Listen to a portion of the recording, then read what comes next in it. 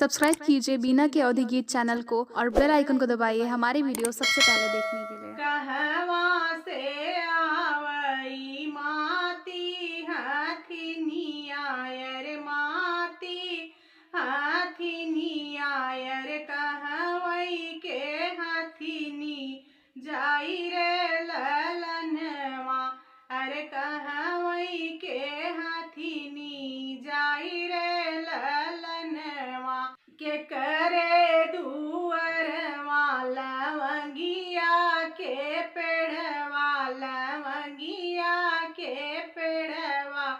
अरे तेही तरह हथिनी जुड़ाई रे ललनवा अरे तेही तरह हथिनी जुड़ाई रे ललनवा अवधपुर से आवई माती हथिनिया यर माती हथिनिया यर जनक नगरिया हाथी जाई रे ललनवा अरे जनक नगरिया हाथी जाई रे ललनवा बाबा के दुअरवा लवंगिया के पेड़वा लवंगिया के पेड़वा यर सही तरे हाथी जुड़ाई रे ललनवा अरे तेही तरे हाथी जुड़ाई रे ललनवा घराम से निकरे हैं भैया हो कवने राम भैया हो कवने राम अरे हथवा रूमलिया मुख पान रे ललनवा अरे हथवा रूमलिया मुख पान रे ललनवा आपन हथिनी पिछराऊं बहनोइया पिछराऊं बहनोइया अरे टूटई मोरा लवंगा के डार रे ललनवा अरे टूटई मोरा लवंगा के डार रे ललनवा आपन हथिनी पिछराऊं बहनोइया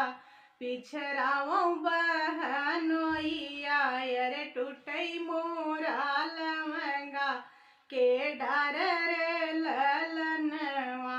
अरे टूटई मोरा लवंगा के डार रे ललनवा भीतरा से निकरी है बहिनी कवनी दे अरे बहिनी कवनी दे अरे सुना भैया बतिया हमार रे ललनवा अरे सुना भैया बतिया हमार रे ललनवा जकरे दुआरे भैया इतना दल उतरई अरे इतना दल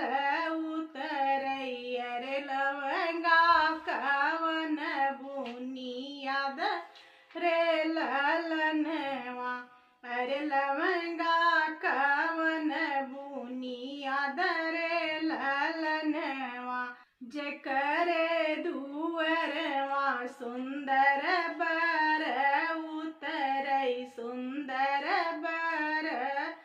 उतरई अरे का भैया लवंगा के डार रे ललनवा अरे का भैया लवंगा के डार रे ललनवा कहवा से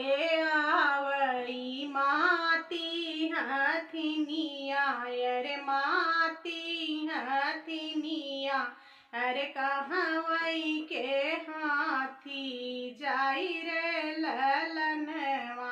अरे कहवई के हथिनी जे जाई रे ललनवा।